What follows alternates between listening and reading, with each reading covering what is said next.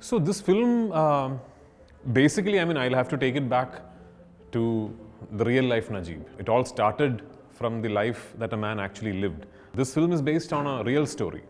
And not only is it based on a real story, the person who lived the life that you will see in this film is still very much alive and well amongst us, Mr. Najib Mohammed. Author Benjamin, who discovered or came to know of such a person, immediately wanted to write his life, document his life, and make a book out of it. And then Benjamin wrote a book called Aadjeevitam based on Najib's life, and that book was published in 2008. And it was an immediate success, smash hit. To date, remains one of the largest selling books in the history of Malayalam.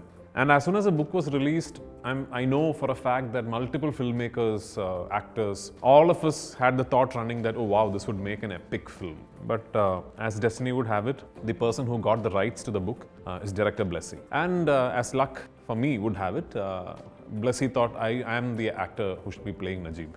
So that's how the idea behind the film came into existence. It's quite a long story because Blessy and me shook hands and decided that we are going to do the film in early 2009. So yeah, it's been quite a long journey. So yes, from 2008, where Blessy managed to get the rights to the book, to 2024, as we speak, few days prior to the release, it's been a 16-year-long journey. Even back in 2008, 2009, when Blessy first spoke to me about his vision for the idea of Aadjeevitam as a film, it was very big and grand. He always wanted to make this film in this huge canvas, go to real locations and shoot and make it look as organic as possible. So back in 2009, the kind of money, the kind of budget that would be required to pull off something like this was unthinkable, at least from Malayalam. You have to remember that, I'm talking about a period in time where Pan-India did not exist. So, the whole terminology called Pan-Indian cinema had not yet been invented. So it was quite a challenge for Blessy and me to be able to put a business model in place where we could think of doing a film. It took 10 years.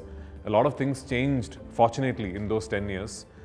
Cinema changed in general. Malayalam cinema in particular went through a transformation in terms of how we monetize our revenue streams, etc. And finally in 2018, even though it still remained, as it does today, a very, very big financial risk, we were able to start shoot. So 2018 we started shooting. We first shot the portions for which I put on a lot of weight. So the idea was, since the character required a physical transformation, that I would first put on a lot of weight and then lose the weight so that the change would seem all the more drastic. So I had put on a lot of weight and we shot all those portions.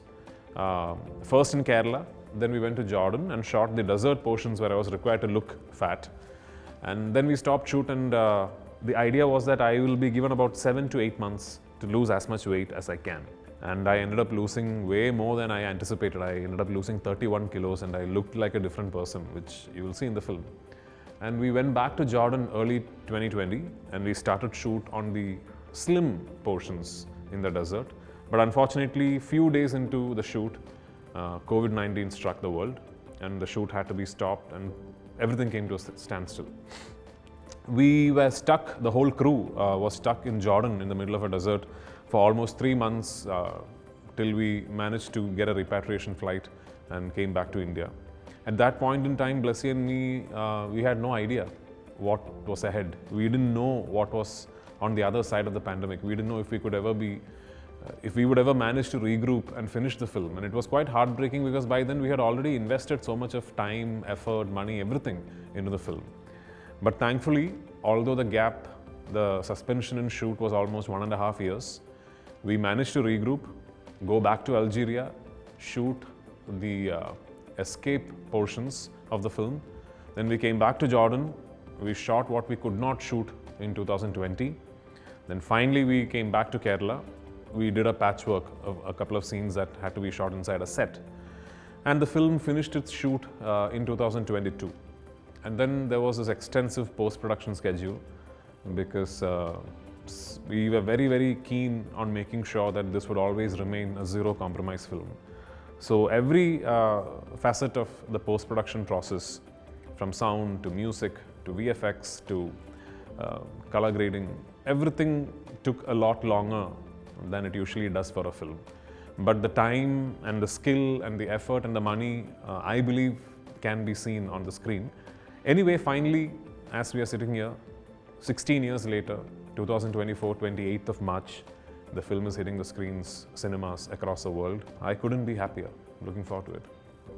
So when Blessy and me set out to make this film, obviously there were a lot of suggestions, a lot of opinions on how this could be done in the most efficient manner.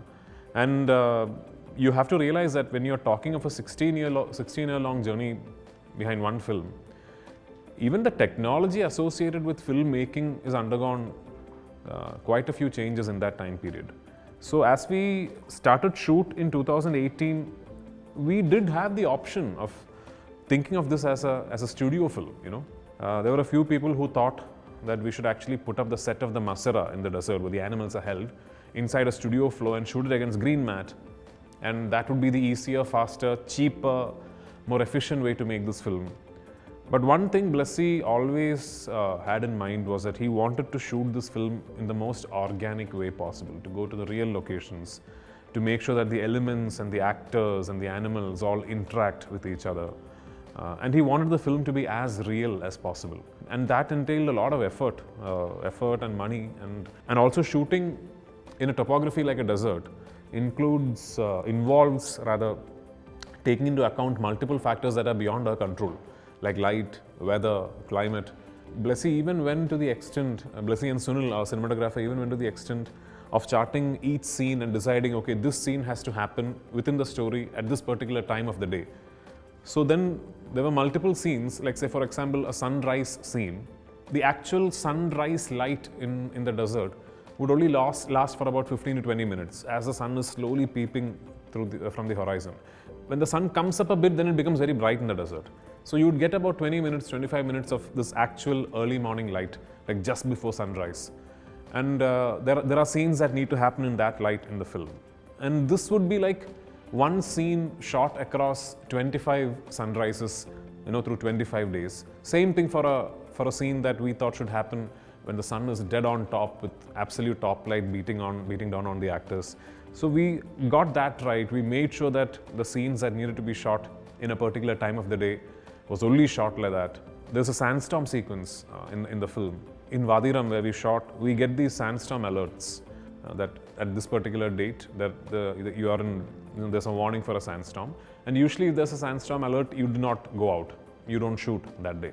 But the filmmaker that Blessy is, when we got this entire dates of potential sandstorm alerts in Vadiram, Blessy started thinking in terms of how can we shoot in the real sandstorm. I don't know if anybody's done that. But the technical crew, in terms of the camera operators and all, they said, it's impossible, the cameras and everything are going to get spoiled. But then Blessy said, no, I really want to capture the actual sandstorm, and if there's something that happens to the cameras, I'll guarantee that I buy you a new camera and all that. And we shot inside a real sandstorm. So the sandstorm sequence you see in the film, of course there is VFX involved, there is CGI involved, and not all the shots, but there are a lot of shots in that sequence that we shot inside an actual sandstorm. The primary thanks for that has to go to this one man called Blessy, our director. Because like you rightly said, all the others involved in the project, myself included, we have all done other films in between this journey, you know. But director Blessy for the last 16 years has been singularly focused on this one film. And I think it's his conviction, his laser-like focus, you know, his belief in what he's creating that led the team, that made sure that we were all traveling coherently in the same direction.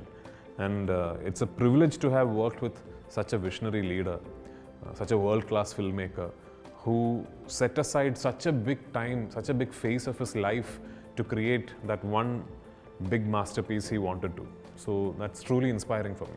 I think Goat Life is mostly about the resilience of the human spirit.